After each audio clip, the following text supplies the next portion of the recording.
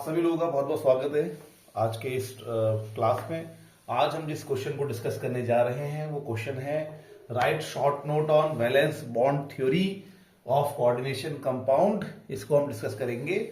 इसके अलावा हम और भी बहुत सारे इंपॉर्टेंट क्वेश्चंस को डिस्कस करने वाले हैं, जैसे कि हम वैलेंस बॉन्ड थ्योरी लगाकर कुछ कोऑर्डिनेशन कंपाउंड के हाइब्रिडाइजेशन को पता करेंगे, उनके मैग्नेटिक प्रॉपर्टी को पता करेंगे। ठीक है मतलब उनके हाइब्रिडाइजेशन को पता करेंगे, उनके स्ट्रक्चर को पता करेंगे और दूसरी प्रॉपर्टीज को हम डिस्कस करेंगे with the help of valence bond theory. पूरी बातें शुरू करने से पहले कि ये वैलेंस बॉन्ड थ्योरी है क्या, इसको शुरू करने से पहले हम कोऑर्डिनेशन कंपाउंड किसको बोलते हैं थोड़ा सा उसको देख लेंगे और फिर हम आगे बढ़ेंगे। ठीक है, तो कोई पूछेगा अगर आपसे कोऑर्डिनेशन कंपाउंड क्या है तो आप क्या बताएंगे? अगर कोई आपसे पूछेगा कि कोऑर्डिनेशन कंपाउंड क्या है तो आप क्या बताएंगे कि कोऑर्डिनेशन कंपाउंड एक सॉल्ट होता है। कोऑर्डिनेशन कंपाउंड क्या है अगर कोई पूछेगा आपसे तो आप इसके बहुत सारे तरीके हो सकते हैं आंसर देने के। तो कोऑर्डिनेशन कंपाउंड एक सॉल्ट है, ये एक सॉल्ट है, it is a salt having complex ion. It is a salt having complex ion. तो ये एक ऐसा सॉल्ट होता है, एक ऐसा सॉल्ट है, एक ऐसा लवण है जिसमें क्या उपस्थित होता है, कॉम्प्लेक्स आयन उपस्थित होता है। तो सॉल्ट क्या है हम जानते हैं, सॉल्ट आयन से बना होता है। सॉल्ट में पॉजिटिव और नेगेटिव दो आयन होते हैं और इन पॉजिटिव और नेगेटिव दोनों आयन में से कोई एक आयन क्या होना चाहिए, कोई एक आयन क्या होना चाहिए, कॉम्प्लेक्स आयन होना चाहिए।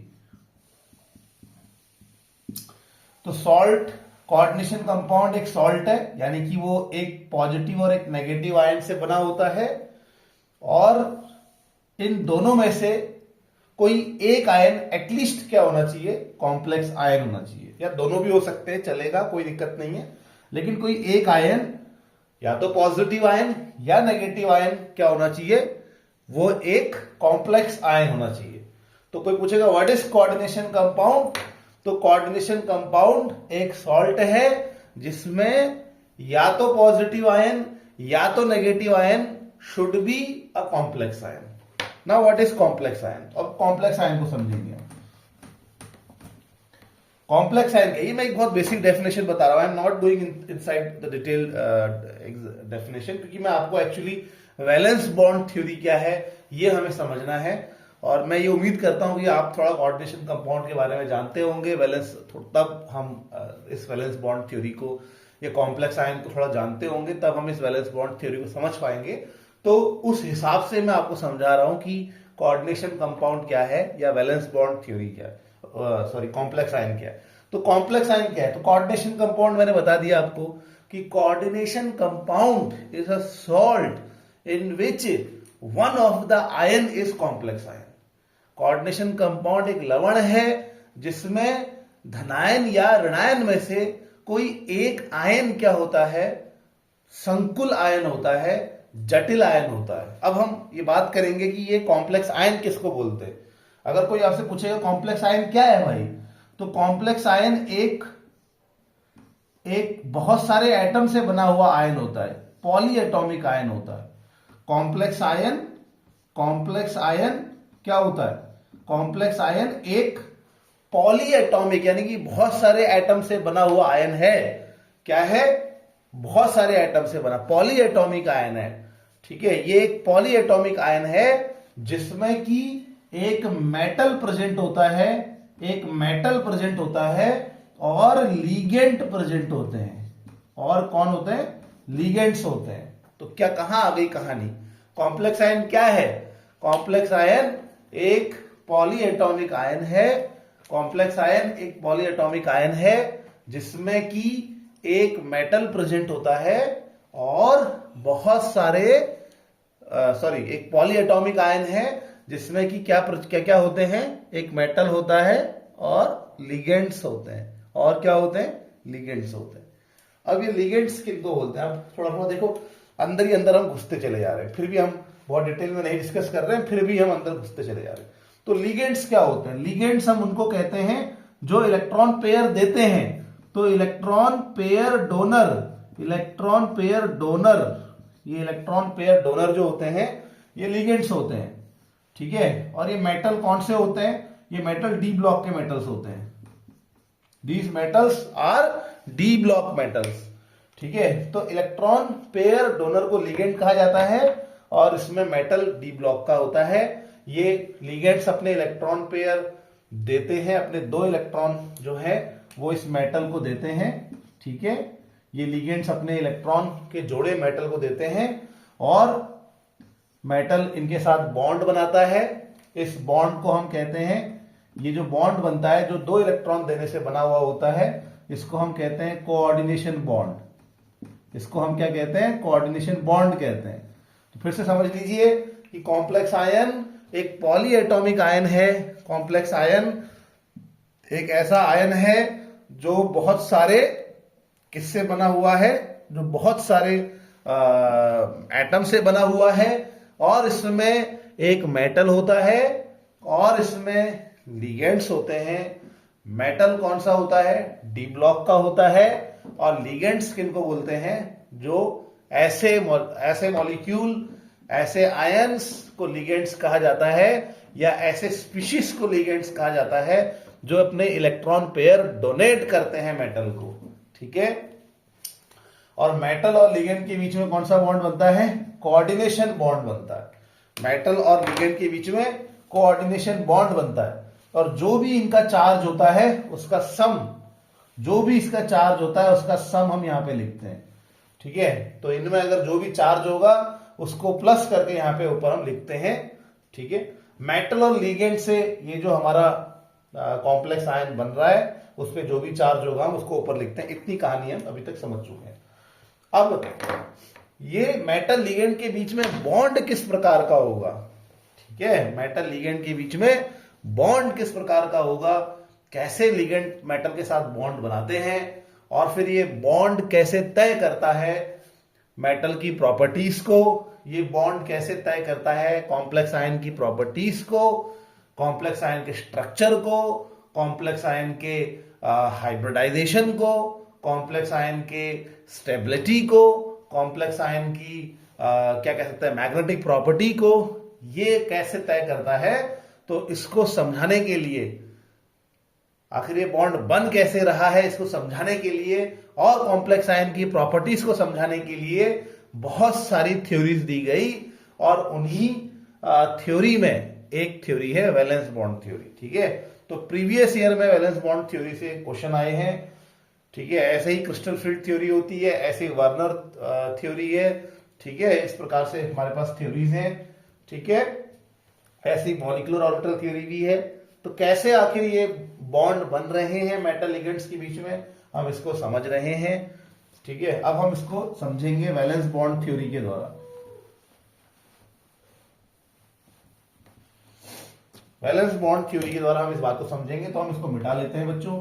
अब हम अपने आंसर को डिटेल में समझने की कोशिश करेंगे। तो क्या कहती है वैलेंस बॉन्ड थ्योरी? तो वैलेंस बॉन्ड थ्योरी क्या कहती है?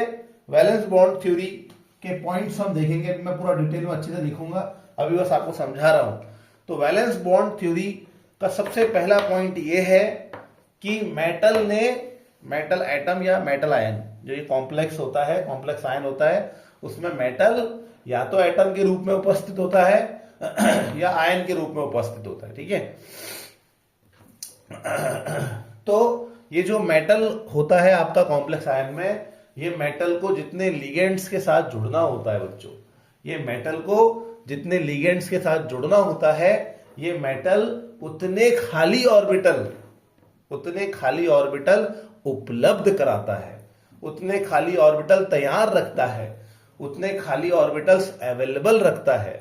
अगर मेटल ने 4 लिगेंड के साथ जुड़ना होगा तो मेटल अपने चार खाली ऑर्बिटल प्रोवाइड करेगा, मेटल अपने 4 खाली ऑर्बिटल अवेलेबल रखेगा, उपलब्ध रखेगा, तैयार रखेगा। ये पहला इसका वैलेंस बॉन्ड थ्योरी का पहला पॉइंट है। ये बिल्कुल वैसा ही है जैसे आपके घर में मेहमान आने वाले हैं, और जब आपके घर में मेहमान आने वाले होते हैं तो अगर आपके पास क्षमता है, अगर आपके पास उपलब्धता है, तो आपके घर में जितने मेहमान आने वाले हैं आप उतने ही कमरे उनके लिए रेडी रखते हो। मान लीजिए आपके घर में 2 मेहमान आने वाले हैं और आपके पास क्षमता है, तो आप 2 छोटे छोटे कमरे दोनों के लिए उपलब्ध रखते हो। तो वही है कि सबसे पहला पॉइंट यह है कि metal provide vacant orbital of appropriate energy. ठीक है, मेहमान आने वाले हैं तो आप 2 कमरे ऐसे रखोगे भैया जो बढ़िया बढ़िया हो, ऐसे रखोगे जिनमें मेहमान आराम से आ सकें, ऐसे रखोगे जो बहुत नीचे बहुत सही जगह पे हो। ऐसा नहीं कि आप बहुत ऊपर वाले बूढ़े बूढ़े 2 मेहमान आने वाले हैं और आप 10वें मंजिल पे उनके लिए कमरा ढूंढ रख रहे हो, ऐसा नहीं।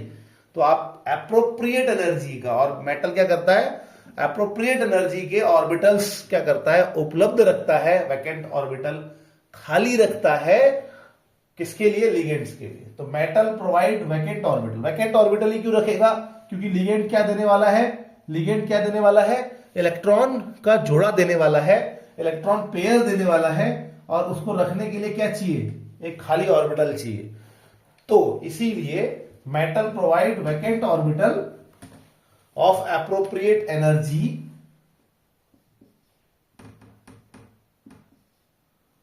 To form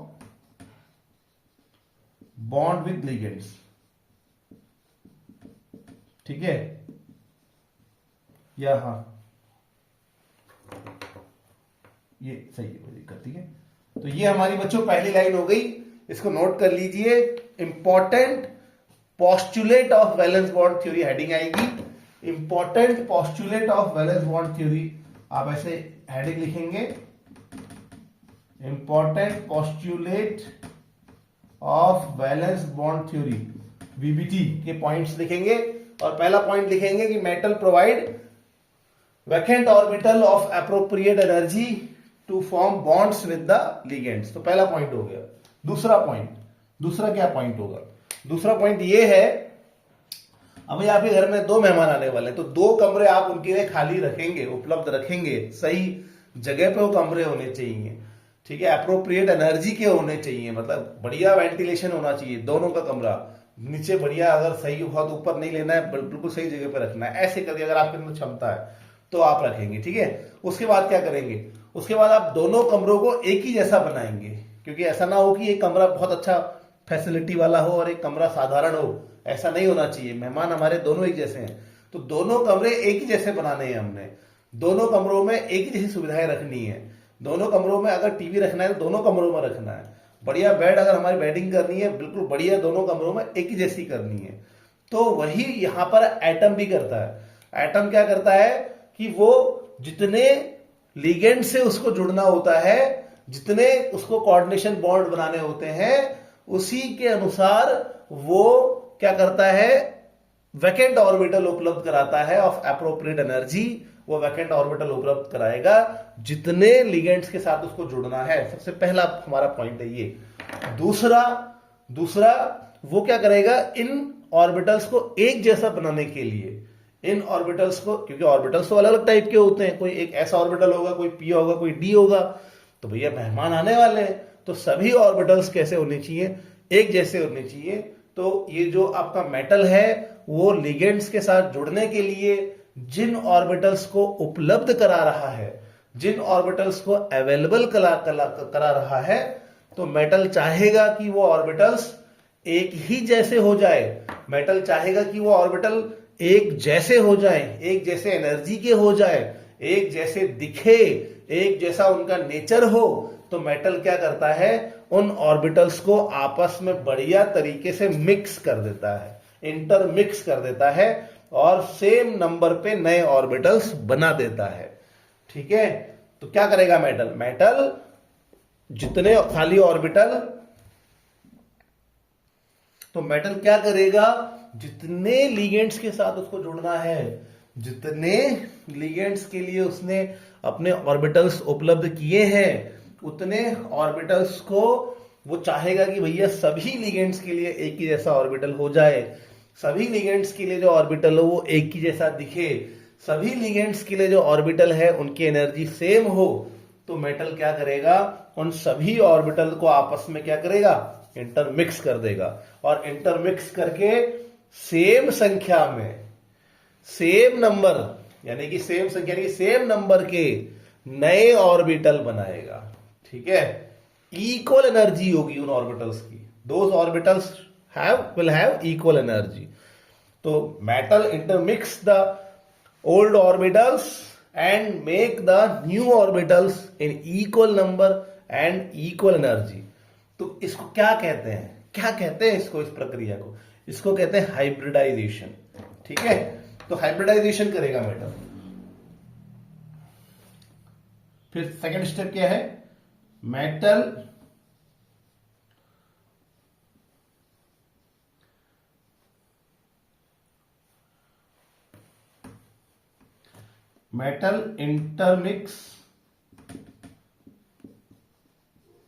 intermix the above orbital, या आप सिंपल भी लिख सकते हो, शो हाइब्रिडाइजेशन भी लिख सकते हो।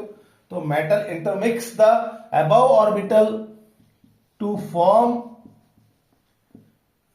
फॉर्म न्यू ऑर्बिटल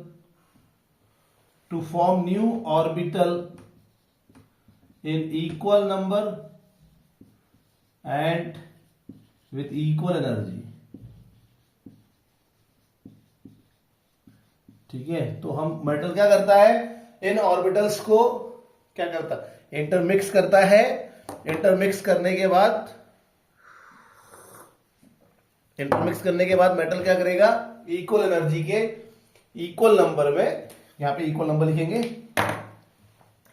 लिखेंगे एंड विद इक्वल एनर्जी के नए ऑर्बिटल्स बना देगा। ठीक है, ऐसा करेगा। उसके बाद थर्ड स्टेप क्या करता है, थर्ड स्टेप में लिगेंड्स आते हैं। ठीक है, लिगेंड अप्रोच करते हैं metal with paired electron. Ligands metal के पास आते हैं अपने इलेक्ट्रॉन लेके एंड लिगेंड्स ओवरलैप करेंगे देयर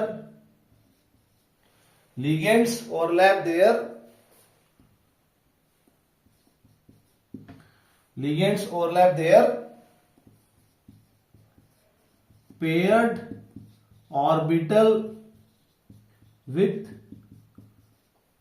दिख रहा होगा आप लोगों को, एक बार देखें। ठीक है, with vacant orbital of metal, with, यहां थोड़ा अगर छोटा लिख रहे हैं तो कोई दिक्कत नहीं है, with vacant orbital of metal and form coordination bond. तो इतना ही हम लिखेंगे बच्चों। तो ये इसके पोस्टुलेट है, बहुत आसान से, यहाँ पे 4 पोस्टुलेट हमें लिख दिए हैं। ठीक है, तो क्या होता है, तो पहले मेटल अपने खाली ऑर्बिटल प्रोवाइड करेगा, इसके बाद मेटल उन ऑर्बिटल्स को क्या करेगा, इंटरमिक्स करके नए ऑर्बिटल्स बनाएगा। ठीक है, इक्वल संख्या बनाएगा, इक्वल एनर्जी के बनाएगा। फिर लिगेंड आएगा विथ इट्स पेयर्ड इलेक्ट्रॉन। ठीक है, लिगेंड क्या होता है, उसके पास इलेक्ट्रॉन का जोड़ा होता है, उसके साथ आएगा। और फिर लिगेंड क्या करेगा, अपने उस पेयर्ड ऑर्बिटल्स को जिसमें इलेक्ट्रॉन का जोड़ा है, उस ऑर्बिटल को क्या करेगा, लिगेंड किसके साथ ओवरलैप करेगा, with the coordination with the metal के साथ ओवरलैप करेगा, वैकेंट ऑर्बिटल के साथ ओवरलैप करेगा। और कौन सा बॉन्ड बनाएगा, ये कोऑर्डिनेशन बॉन्ड बनाएगा। तो ये वैलेंस बॉन्ड थ्योरी है बेटा। अब हम इस वैलेंस बॉन्ड थ्योरी के क्या करेंगे, कुछ एग्जांपल्स इस पे अप्लाई करेंगे, कुछ क्वेश्चंस देखेंगे। तो ये तो हो गया हमारा पोस्टुलेट। अब हम इसके ऊपर क्वेश्चन देखेंगे। तो मेहमान आए, मेहमान के लिए आपने पहले खाली कमरे तैयार रखे, फिर खाली कमरों को आपने क्या करा, फिर खाली कमरों को एक जैसा बना दिया। उसके बाद मेहमान ने अपने अपने सामान उस कमरे में रख दिए, आपके साथ उन मेहमान का इंटरेक्शन शुरू हो गया। बिल्कुल वैसे ही आपने वैलेंस बॉन्ड थ्योरी के को समझाना है, उसके पोस्टुलेट्स को वैसे ही लिखना है। अब हम बच्चों इसके एग्जाम्पल को देखेंगे, इसके ऊपर क्या क्वेश्चन और आ सकते हैं उसको देखेंगे। तो हम क्वेश्चन उठाते हैं बेटा, सबसे पहला क्वेश्चन हमारा, ठीक है। पहला क्वेश्चन लिखेंगे हम, राइट या कमेंट ऑन द क्या पता करेंगे, structure, comment on the structure comma hybridisation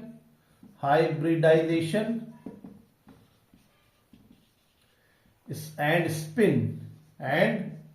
spin of the following compound. Comment on the structure, hybridization and spin of the following compound. हम कुछ कंपाउंड्स के किसके ऊपर डिस्कस करने वाले हैं, हाइब्रिडाइजेशन के ऊपर डिस्कस करेंगे, स्ट्रक्चर के ऊपर डिस्कस करेंगे, स्पिन के ऊपर डिस्कस करेंगे, ठीक है। और वो हमारे पास कुछ कंपाउंड के, जैसे हम एग्जांपल लेते हैं, कोबाल्ट है हमारे पास, कोबाल्ट NH3 का होल 6 मान लीजिए 3 पॉजिटिव, एक एग्जांपल ये हो गया, ठीक है। एक एग्जांपल और आप कुछ ले लीजिए, जैसे कि हम ले लेते हैं आपका NI, चलिए तो दूसरा केस हम अलग उठा लेंगे, फिर से हम एक बार और क्रोमियम ले लेते हैं, क्रोमियम वाटर का होल 6, ठीक है, 3 पॉजिटिव। बाकी एग्जांपल को हम अलग तरीके से देखेंगे। तो नाउ वी विल सी, हम इन दो कंपाउंड्स के अंदर क्या क्या देखने वाले हैं बच्चों। हम इन दो कंपाउंड पे वैलेंस बॉन्ड थ्योरी लगा के, ठीक है, with the help of valence bond theory, हम वैलेंस बॉन्ड थ्योरी लगा के इन दो कंपाउंड के स्ट्रक्चर को पता करेंगे, हम इन दो कंपाउंड के हाइब्रिडाइजेशन को पता करेंगे और स्पिन को पता करेंगे। तो ये क्वेश्चन आपका जो है एग्जाम आ सकता है, ठीक है। तो कैसे करना है इसको अब हम आगे देखेंगे। तो प्यारे बच्चों, अब हम इसको आगे समझते हैं, इन क्वेश्चंस को कैसे हमने हल करना है, इसको हम जानते हैं, इसको समझने की कोशिश करते हैं। तो इसको समझने के लिए हम क्या करेंगे, सबसे पहले हम तो भैया इसको मिटा ही लेते हैं, ठीक है। अब हम सबसे पहले तो कैसे करेंगे, बहुत सिंपल है, बहुत सिंपल आंसर लिखना है हमने। फटाफट से हम इन क्वेश्चंस को देख लेते हैं, इसको इरेज करते हैं।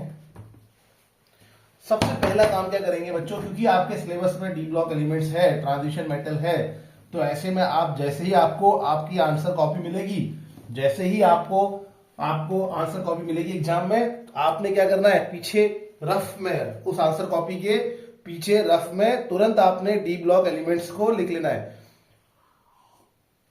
क्योंकि कहीं ना कहीं पे ये चीज आपके काम आने वाली है। तो डी ब्लॉक एलिमेंट्स को याद कैसे करते हैं, आपको पिछली क्लास में मैंने बताया था, ठीक है। तो सर ये लाया, तो डी ब्लॉक एलिमेंट को याद कैसे करते हैं, सर ये लाया, आ जाएगा, वहां तक आ जाएगा, सर ये लाया टी जरा हाफ कप, टी जरा हाफ कप, मतलब ऐसे याद रखना, सर ये लाया टी जरा हाफ। तो scandium, yttrium, lanthanum, titanium, zirconium, hafnium, फिर वी नोबिता, इसको ऐसे करना है। तो ये है सर, इसको हम ऐसे याद करेंगे, सर ये लाया, ऐसे करेंगे,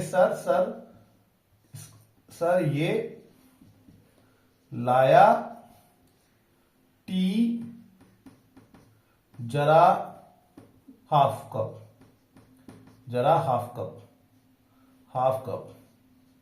आधी कप चाय लाया ना, सर ये लाया टी जरा हाफ कप, और ये वी नोबिता, आप इसको ऐसे याद कर सकते हैं। बाकी जो भी आपके मेथड्स हैं, आप किसी और तरीके से याद करना चाहे तो वैसे भी याद कर सकते हैं। तो वी नोबिता करके है यहाँ पे, वी नोबिता, आप इसको ऐसे करके याद कर सकते हैं, ठीक है। वी मतलब वैनेडियम, एनबी मतलब एनबी नोबिता, यानी कि नोबी यानी कि नायोबियम, और ता यानी कि टेंटिलम, ठीक है। और उसके बाद क्रोमियम मोस्ट वांटेड, यहां पे लिखेंगे हम क्रोमियम मोस्ट वांटेड, ठीक है, क्रोमियम मोस्ट वांटेड करके हम लिखेंगे। तो क्रोमियम मोस्ट वांटेड में ये जो आपका सीआर है वो तो क्रोमियम हो गया, मोस्ट में आपका मोलिब्डेनम हो गया, और वांटेड में टंगस्टन हो गया। मैं लिख नहीं रहा हूं, लेकिन आप याद रख लेंगे ऐसे, तो ऐसे कर सकते हैं। फिर जो मैंने आगे याद करने का तरीका मैंने सोचा है वो है मटरी,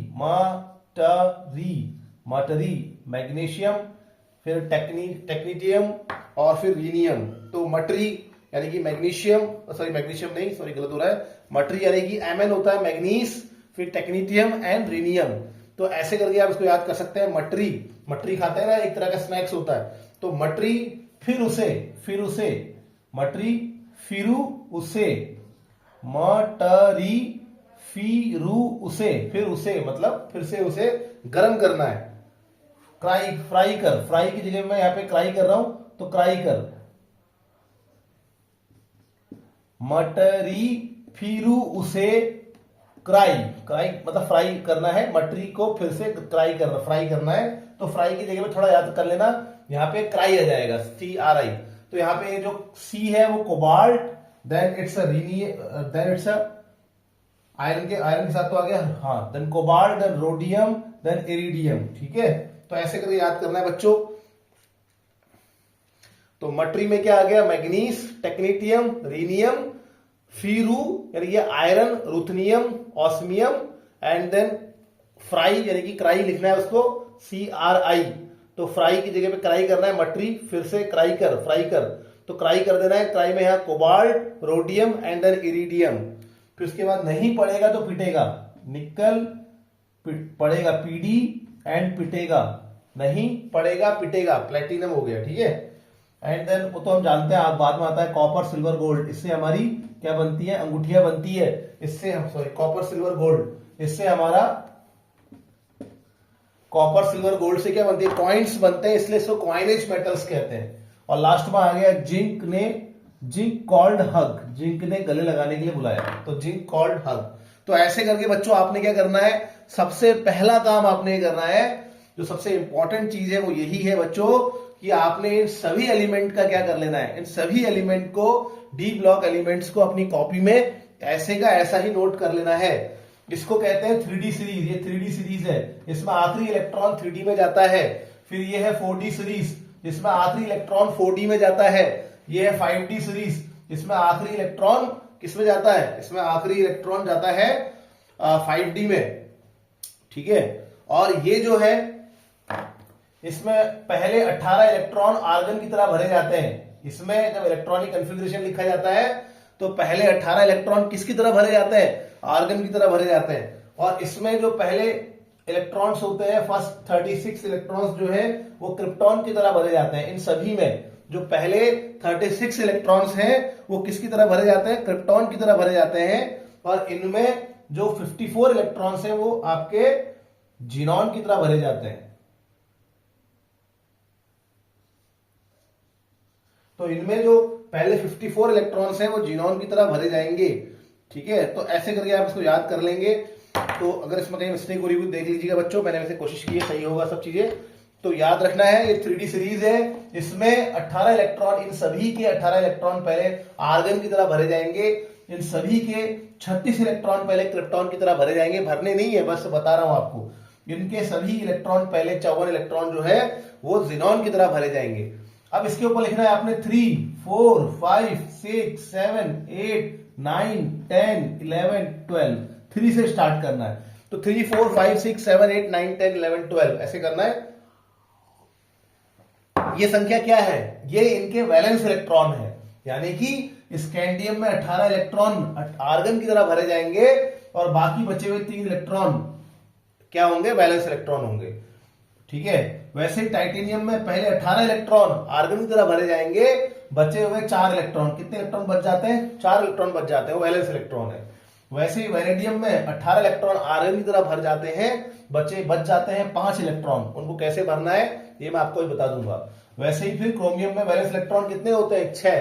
तो ये वैलेंस इलेक्ट्रॉन की संख्या है। ये स्कैंडियम वाले ग्रुप के वैलेंस इलेक्ट्रॉन है, ये टाइटेनियम वाले ग्रुप के वैलेंस इलेक्ट्रॉन है, ये आयरन वाले ग्रुप के वैलेंस इलेक्ट्रॉन है, कोबाल्ट वाले ग्रुप के वैलेंस इलेक्ट्रॉन है। ठीक है, तो ये वैलेंस इलेक्ट्रॉन आपको आने बहुत जरूरी है, बहुत ही जरूरी है। चलो अब स्टार्ट करते हैं।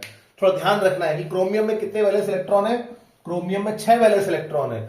कोबाल्ट में कितने वैलेंस इलेक्ट्रॉन है, 9 वैलेंस इलेक्ट्रॉन है। तो हमारे केस, हमारा जो एग्जाम्पल है उसमें हमें वैलेंस इलेक्ट्रॉन चाहिए होते, तो इरेज करेंगे इसको। तो आपने वैलेंस इलेक्ट्रॉन याद कर लिए होंगे, फटाफट से एग्जाम में ये डी ब्लॉक को बनाना है, ट्रांजिशन मेटल्स को बनाना है और उनके ऊपर उनके वैलेंस इलेक्ट्रॉन लिख देने हैं, क्योंकि जिसको वैलेंस इलेक्ट्रॉन नहीं आएंगे वो वैलेंस बॉन्ड थ्योरी को बना भी नहीं पाएगा। क्योंकि उसमें नाम ही वैलेंस बॉन्ड है, वैलेंस इलेक्ट्रॉन ही उसमें यूज हो रहा है। तो ठीक है, अब कैसे बनाएंगे हम? हमारा पहला क्वेश्चन क्या है? हमारा पहला क्वेश्चन था कोबाल्ट NH3 का होल 6, कोबाल्ट NH3 का होल 6, उसके ऊपर कितना चार्ज था? +3 चार्ज था। ठीक है, तो सबसे पहले हम क्या करेंगे? कोबाल्ट लिखेंगे। ठीक है, और कोबाल्ट का इलेक्ट्रॉनिक कॉन्फ़िगरेशन लिखना है। तो कोबाल्ट का इलेक्ट्रॉनिक कॉन्फ़िगरेशन कैसे लिखेंगे? हमें कोबाल्ट का वैलेंस इलेक्ट्रॉनिक कॉन्फ़िगरेशन लिखना है। क्या लिखना है? कोबाल्ट का वैलेंस इलेक्ट्रॉनिक कॉन्फ़िगरेशन लिखना है। वैलेंस इलेक्ट्रॉनिक कॉन्फ़िगरेशन कैसे लिखा जाता है? तो valence electronic configuration 3D series का लिखना है, तो सबसे पहले लिखेंगे 4s और फिर लिखेंगे आगे 3D। याद रखना फिर से, तो वैलेंस इलेक्ट्रॉनिक कॉन्फ़िगरेशन अगर 3D सीरीज का लिखना है तो सबसे पहले क्या लिखेंगे? 4s, फिर 3D अंदर लिख लेना, 4s 3D 4s 3D 4s 3D। ठीक है, तो valence electronic configuration 3D series का ऐसे लिखा जाता है। वैसे ही नीचे 4D सीरीज होगी, 4D सीरीज में यहां पे नंबर चेंज हो जाएगा। 4D सीरीज का 5s 4D 5s 4D। ठीक है, ऐसे करके। तो valence electronic configuration 3D series का, इस 3D सीरीज का कैसे लिखा जाता है, उसको लिखने के लिए हम लिखते हैं 4s 3D या 3D 4s। पहले 3D आएगा देन 4s आएगा। अब इसको भरना है हमने, तो इसको भरने के लिए कोबाल्ट में कितने इलेक्ट्रॉन होते हैं? वैलेंस इलेक्ट्रॉन 9 कोबाल्ट में वैलेंस इलेक्ट्रॉन है। तो कोबाल्ट में 9 वैलेंस इलेक्ट्रॉन है, तो इसमें भरने हैं हमने। तो इसमें भरते वक्त हम सबसे पहले 4s में इलेक्ट्रॉन भरेंगे, क्योंकि इसकी ऊर्जा कम होती है, याद रखना। तो कोबाल्ट का हमें वैलेंस शेल का इलेक्ट्रॉनिक कॉन्फ़िगरेशन लिखना है, और वैलेंस शेल का इलेक्ट्रॉनिक कॉन्फ़िगरेशन लिखने के लिए हम सबसे पहले 4s में इलेक्ट्रॉन भरेंगे, फिर 3D में इलेक्ट्रॉन भरेंगे। तो 4s में कितने इलेक्ट्रॉन भरेंगे? देखो 9 है हमारे पास, तो 2 इलेक्ट्रॉन 4s में आते हैं, याद रखना। तो 2 यहां भर दिए, बच गए कितने? 7 इलेक्ट्रॉन। तो 7 इलेक्ट्रॉन कहां भरेंगे? हम 3D में भरेंगे। तो ये कोबाल्ट का क्या हो गया? वैलेंस इलेक्ट्रॉनिक कॉन्फ़िगरेशन हो गया। अब क्या करना है, समझ गए ना? तो पहले क्या करना है, ये तो आपने याद कर लिया। याद करने के बाद आप बोलोगे भैया कोबाल्ट 3D सीरीज का है, 4s 3D लिख लिया। 4s 3D लिखने के बाद वैलेंस इलेक्ट्रॉन कितने हैं? 9 में से 2 4s में आ गए, बच गए 7, वो किस में आ गए? D में आ गए। अब क्या करना है? अब ये करना है कि भैया इसको हमें ऑर्बिटल्स के रूप में दिखाना है। पहले लिखेंगे 3D, फिर लिखेंगे 4s और फिर लिखेंगे 4p। अगर 6 लिगेंड्स हैं, अगर लिगेंड कितने हैं? 6, तो 4D तक लिखेंगे। अगर लिगेंड है 4 तो 4p तक लिखेंगे, ये ध्यान रखना है। तो वैलेंस बॉन्ड थ्योरी में अगर यहाँ पे 4 लिगेंड है तो 4p तक हो जाएगा काम। अगर 6 लिगेंड है तो कहां तक जाएगी कहानी? 4D तक जाएगी। अब इनके ऑर्बिटल्स बनाएंगे। ऑर्बिटल्स D में 5 ऑर्बिटल होते हैं बेटा, 1 2 3 4। तो 5 ऑर्बिटल बनाने के लिए 4 लाइन खींचोगे तो 5 ऑर्बिटल बन जाएंगे। तो ये D के हमारे 5 ऑर्बिटल। S में तो एक ही ऑर्बिटल होता है। P में कितने ऑर्बिटल होते हैं? 3 ऑर्बिटल होता है, 1 2। और D में फिर कितने हो गए? 5 हो गए, 1 2 3 4, ये 5 हो गए। ठीक है, अब इनमें इलेक्ट्रॉन भरते हैं। तो कोबाल्ट के पास कितने इलेक्ट्रॉन है? कोबाल्ट के पास 4s में कितने हैं? 2 इलेक्ट्रॉन है। और D में कितने इलेक्ट्रॉन है बच्चों? D में कितने इलेक्ट्रॉन दिख रहे हैं? 7 इलेक्ट्रॉन है। तो इसमें 7 इलेक्ट्रॉन भरेंगे, 1 2 3 4 5 6 7। 7 इलेक्ट्रॉन आपने भर दिए। तो पहला काम ये है आपका, सबसे पहला काम ये है कि आप पहले इस मेटल का इलेक्ट्रॉनिक वैलेंस इलेक्ट्रॉनिक कॉन्फ़िगरेशन लिखेंगे। वैलेंस इलेक्ट्रॉनिक कॉन्फ़िगरेशन लिखने के लिए आप ये जो आपके पास जो D और D ब्लॉक का आपने पूरा बना रखा है चार्ट, उसको बना लेंगे रफ कॉपी में। उसको बनाने के बाद अगर आपको पहले से आता है तो ओके, बना लीजिए, अच्छी बात है। बनाने से बहुत सारे आंसर आपके और हल हो जाएंगे। उसके बाद आप इनके ऊपर नंबर लिख दीजिए, 3 4 5 6 7 8 9 10 12 तक लिख दीजिए नंबर। और फिर देख लीजिए कोबाल्ट का के ऊपर कितना नंबर लिखा है? 9। इसका मतलब उसके पास 9 वैलेंस इलेक्ट्रॉन होंगे। 9 वैलेंस इलेक्ट्रॉन भरने हैं उसके वैलेंस इलेक्ट्रॉनिक कॉन्फ़िगरेशन में। तो 4s में 2 इलेक्ट्रॉन आ जाएंगे, बचे हुए इलेक्ट्रॉन 3D में आ जाएंगे। ओके, उसके बाद आप इनको ऑर्बिटल्स के रूप में दिखाएंगे। ऑर्बिटल्स के रूप में दिखा दिया आपने, और अब यहाँ पे आप इलेक्ट्रॉन भरेंगे। तो सबसे पहले 4s में भर लीजिए 2 इलेक्ट्रॉन, फिर 3D में 7 इलेक्ट्रॉन। 7 इलेक्ट्रॉन भरने के लिए पहले सिंगल सिंगल भरना है बेटा, 1 2 3 4 5 फिर 6 7। ऐसा मत करना कि यहाँ पे सातों के साथ एक साथ भर देंगे, ऐसा नहीं करना है। पहले सिंगल सिंगल भरेंगे। ठीक है, इसको कहते हैं hold rule of maximum multiplicity. तो आप क्या करेंगे? सभी में पहले एक एक करके एक एक इलेक्ट्रॉन भरेंगे और उसके बाद फिर पेयरिंग करेंगे। ठीक है, ऐसा करना है। अब हमें यहाँ पे पता करना है अगला। अब हमको पता करना है कि कोबाल्ट यहां पर किस अवस्था में है, उसके ऊपर कितना चार्ज है उसको पता करना है, यानी कि कोबाल्ट का ऑक्सीडेशन स्टेट पता करना है। तो कोबाल्ट पे कितना ऑक्सीडेशन स्टेट है वो पता करने के लिए कोबाल्ट का ऑक्सीडेशन स्टेट हम क्या करेंगे, एक्स मान लेंगे। ठीक है,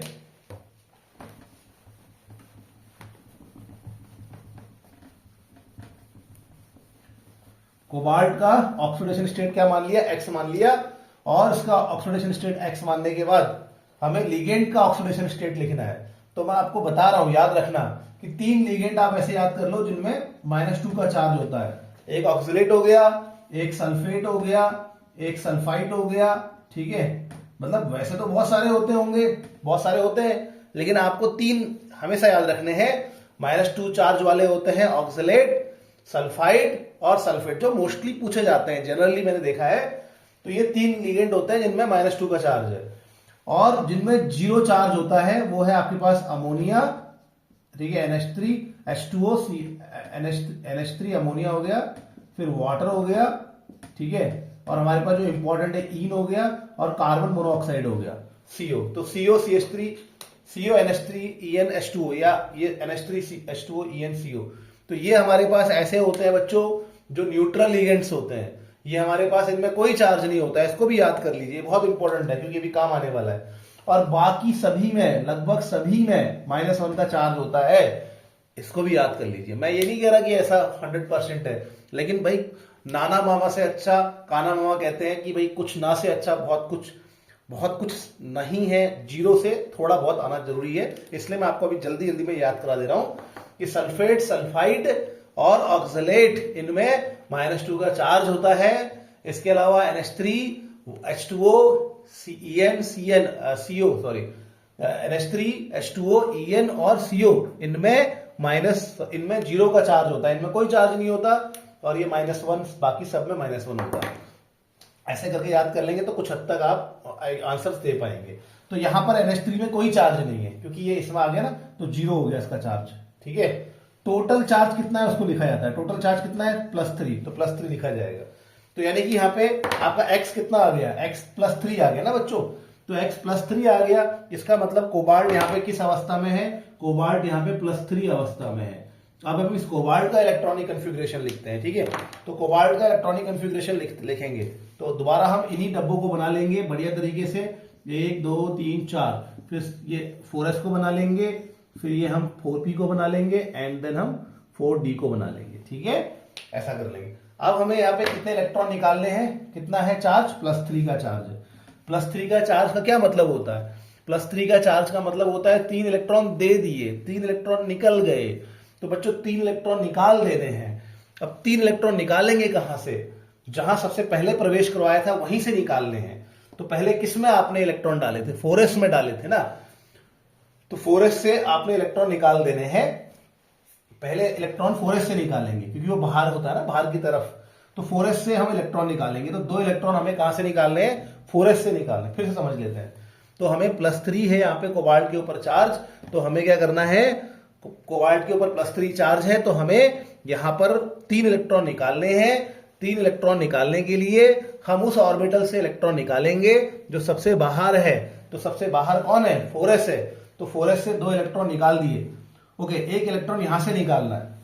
ठीक है, यहां से अब हम उस इलेक्ट्रॉन को निकालेंगे जो पेयर्ड है, अकेले इलेक्ट्रॉन को नहीं निकालना है, जोड़े में है उसको निकालना है। तो 4s से 2 इलेक्ट्रॉन निकालने के बाद हम 3d में से उस इलेक्ट्रॉन को निकालेंगे जो क्या है पेयर्ड है। तो पेयर्ड इलेक्ट्रॉन को निकालना है। तो क्या बच गया अब आपका, एक ये बच गया, 1 इलेक्ट्रॉन यहां से निकाल दिया, तो ये इसका क्या बच गया बच्चों, इसका हमारे पास कोबाल्ट +3 का इलेक्ट्रॉनिक कन्फिग्रेशन आ गया। ठीक है, दिख रहा है आप लोग, यहां पे दिख रहा होगा। ठीक है, नाउ अब हमने तो कोबाल्ट +3 ने क्या करा है, तो हमने क्या करा, सबसे पहले कोबाल्ट का इलेक्ट्रॉनिक कन्फिग्रेशन लिखा। ठीक है, valence electronic configuration 3d4s 3d4s 3d4s ऐसे करना है। ठीक है, 3d सीरीज के लिए क्या होता है फॉर्मूला, 3d4s। ओके, और 4d सीरीज के लिए क्या होगा, 4d5s 4d5s। अब इलेक्ट्रॉन पहले किसमें भरने हैं, 4s में, उसकी एनर्जी कम होती है n+l रूल के हिसाब से। तो इलेक्ट्रॉन हमने 4s में भरे, वैलेंस इलेक्ट्रॉन 9 थे, इधर भरे इधर भरे, फिर ऑर्बिटल्स में भरे, फिर यहाँ चार्ज पता किया, चार्ज पता करने के लिए ये तरीका अपना लेना, और चार्ज पता करने के बाद उतने इलेक्ट्रॉन हमने निकाल दिए, 4s से 2 निकाल देना है, और एक 3d से निकाल देना है। 3d से हमेशा पेयर्ड निकालना है। अब क्या होगा, अब तो वैलेंस बॉन्ड थ्योरी कहती है कि मेटल को अब कितने लिगेंड से जुड़ना है, मेटल को 6 लिगेंड से जुड़ना है, तो 6 खाली ऑर्बिटल उपलब्ध कराएगा। तो 1 2 3 4 5 6 खाली ऑर्बिटल इसने क्या कर दिए, उपलब्ध करा दिए, अवेलेबल करा दिए। बोला ले भैया 6 खाली ऑर्बिटल है मेरे पास, तू आ जा अभी, ठीक है। लेकिन अब ध्यान रखना बच्चों, ध्यान रखना, अगर आपके पास ये लिगेंड होते हैं, इसको याद कर लीजिए, CN CO NH3 EN, ये लिगेंड अगर आपके पास है तो आप क्या करेंगे। अभी देखो कहानी क्या थी, मेटल ने 6 लिगेंड से जुड़ने के लिए, मेटल ने 6 लिगेंड से जुड़ने के लिए 6 खाली ऑर्बिटल तो उपलब्ध करा दिए। अब लिगेंड, अब मेटल उनको मिलाएगा, आपस में मिक्स करेगा, इनको मिक्स करेगा तो नए ऑर्बिटल इक्वल नंबर में बनाने वाला है, ठीक है। ये कहानी होती है। लेकिन आपने ध्यान रखना है, लेकिन आपने ध्यान रखना है कि अगर आपका लिगेंड इनमें से कोई है, CN CO NH3 EN, और भी होते हैं एग्जाम्पल इनमें, लेकिन ध्यान रखना ये थोड़ा इंपॉर्टेंट है जो बार बार पूछे जाते हैं। तो CN CO NH3 EN, अगर इनमें से कोई लिगेंड है तो मेटल इनको मिलाएगा ना, ऑर्बिटल्स को इंटरमिक्स करेगा ना, तो उससे पहले एक स्टेप और होगा। तो अगर इनमें से कोई लिगेंड है तो पेयरिंग हो जाती है, pairing take place, pairing take place, ये बता रहा हूं मैं आपको, याद रखना, ठीक है। अब मैं आगे ऊपर लिख रहा हूं बेटा इसको,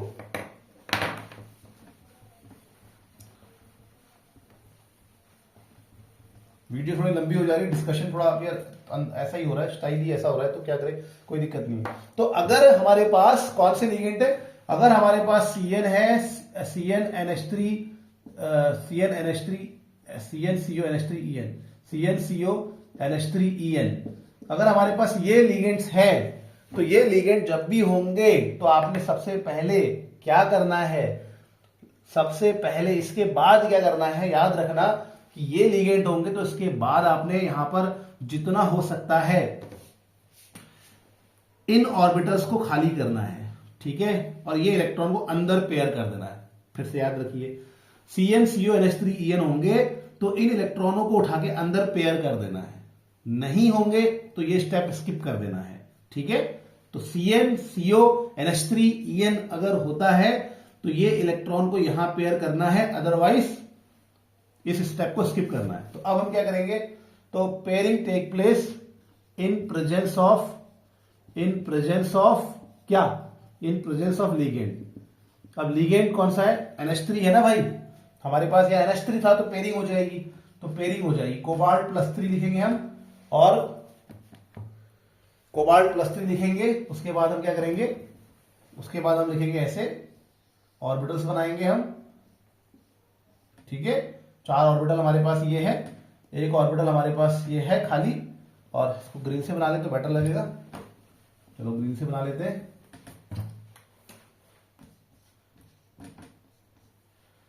ठीक है। 1 2 3 4 ऐसे बना लेंगे, फिर ऐसे बना लेंगे, और ये पीछे के अब तो जरूरत नहीं है हमारी हमें। तो ये इलेक्ट्रॉन हमने यहां पेयर कर दिया, तो एक पेयर हो गया, ये इलेक्ट्रॉनिक पेयर हो गया, ये इसके साथ पेयर हो जाएगा, ये इसके साथ पेयर, मतलब जोड़ा बना देना है ना, इसको यहां पेयर कर दिया, इसको यहां उठा के यहां पेयर कर दी, 2 खाली, और ये 2 खाली करने हैं हमें, बस इतना ध्यान रखना। तो ये 2 खाली करने हैं हमने, तो ऐसे कर दिया, ऐसे कर दिया, खाली हो गए, ठीक है। तो ये हमारा ये स्टेप है। अगर ये लिगेंड नहीं होंगे, CN CO NH3 EN नहीं है, तब ये स्टेप को हम स्किप करेंगे, ठीक है। ऐसा क्यों करते हैं, ऐसा इसलिए करते हैं क्योंकि ये स्ट्रॉन्ग लिगेंड्स होते हैं एक्चुअली, और ये स्ट्रॉन्ग लिगेंड पेयरिंग करते हैं। वैलेंस बॉन्ड थ्योरी में ऐसा नहीं है, स्ट्रॉन्ग लिगेंड्स के बारे में नहीं है, वो क्रिस्टल फील्ड थ्योरी में है।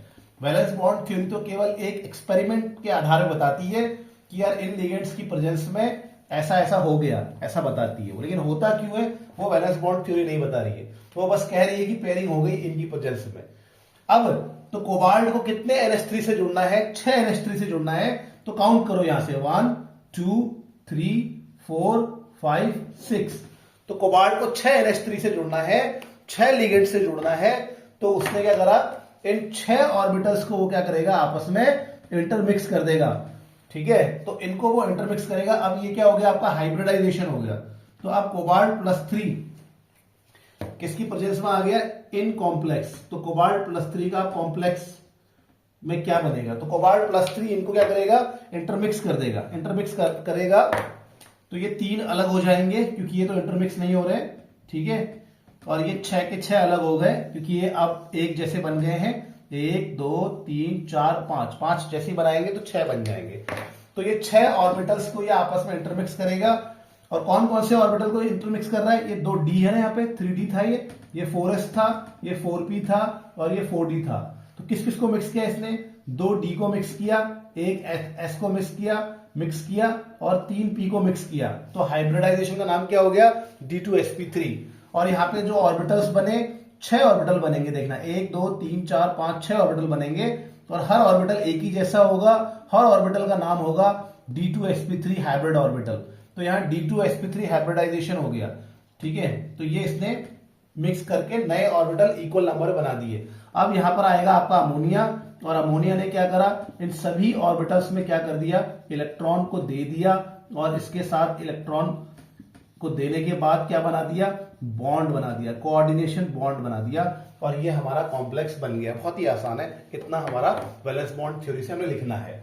अब हमने ये जब बन गया है तो इसके आधार पे अब हम प्रॉपर्टीज को समझते हैं।